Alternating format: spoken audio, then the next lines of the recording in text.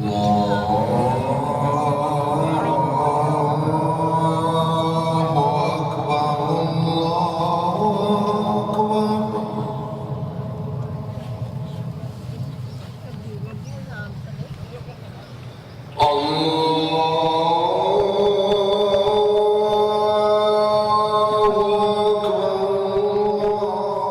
first time that I saw Kaaba, I felt that I'm home.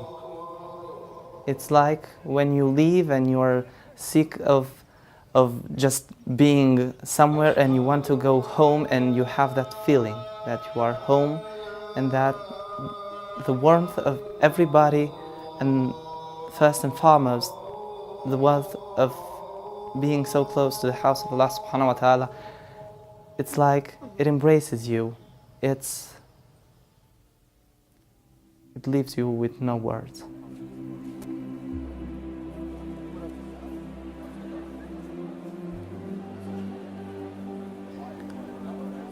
At tawaf, you can't make the tawaf without crying, because it's your creator there. It's your creator, and you are melting there. You can't see the crowd. You can't see you can't see anything, because you are there connected.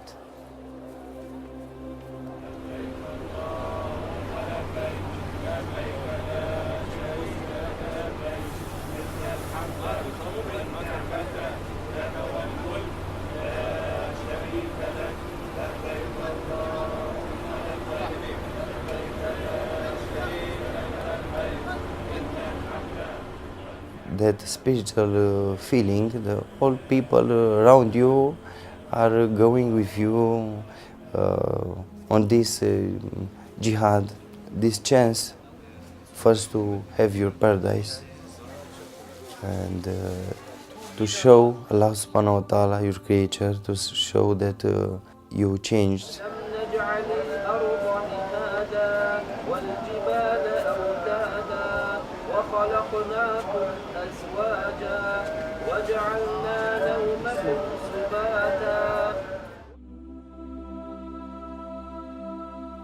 I found out that the person that was looking at me in the mirror, it was not the person that I wanted to see.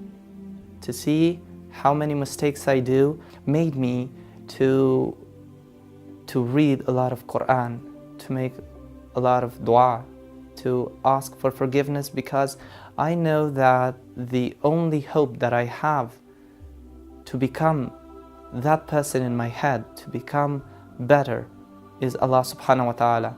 And I know that I am a weak person because I did a lot of mistakes. So I made dua for strength. I wanted to become more powerful in my iman. I wanted to have the power to not make as many mistakes.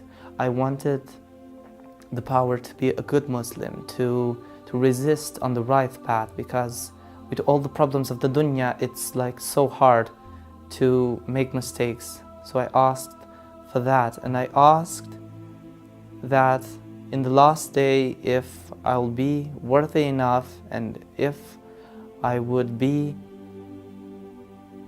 pure enough to be rewarded with Jannah. In the Arafat day, the most important is the dua. If you trust, you feel the angels are there, and you make a lot of duas.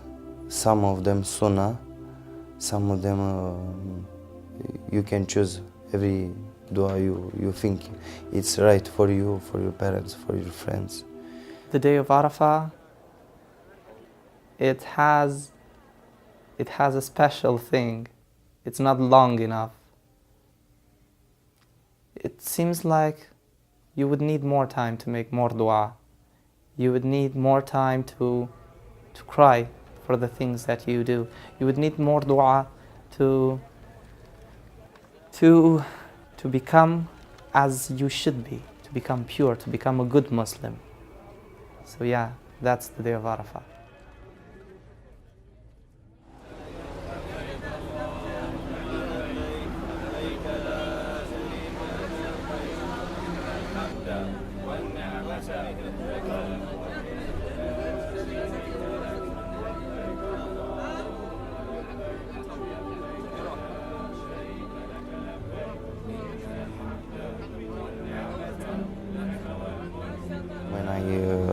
embraced Islam, and I didn't think I can, I will be able to make one rakah. I thought it's difficult because it was my first rakah. Now I do all the fard and the sunnahs, and it's so wonderful. And if I don't make them, I feel empty. There were some Muslims who lived in my neighborhood, and I used to watch them. They used to talk to us.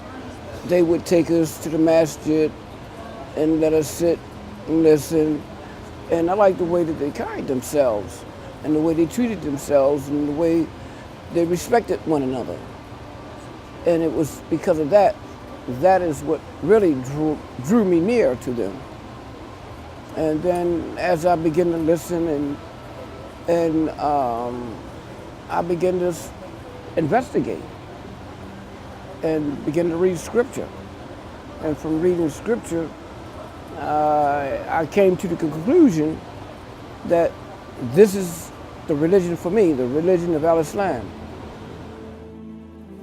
When I first came to Hajj, they said something to me.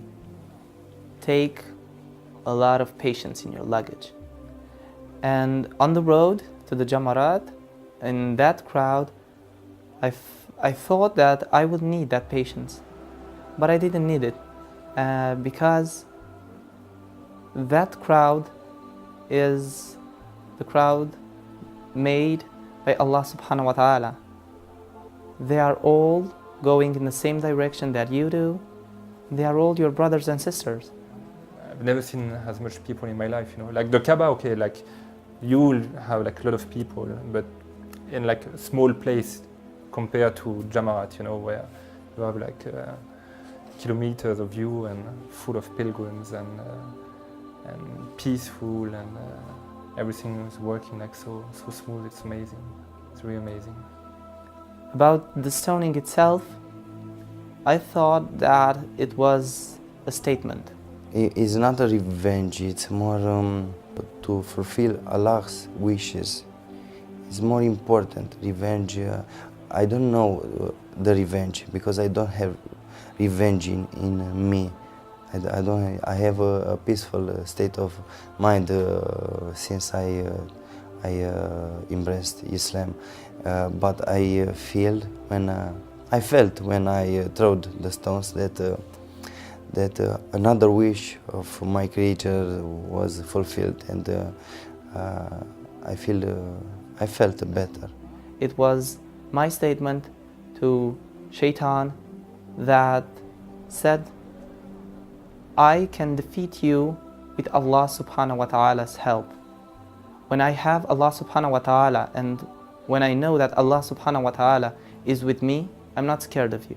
I can resist you and I can defeat you. I believe I've been really lucky for this Hajj. First of all, I've been invited to do Hajj like a couple of days before leaving Riyadh. So I didn't actually know that I was going to perform Hajj, and everything went so smooth. I mean, like the group I'm with, you know, like they took care of everything. My Hajj was going like perfectly, so smooth, not difficult, peaceful, and feeling even much better, like physically actually.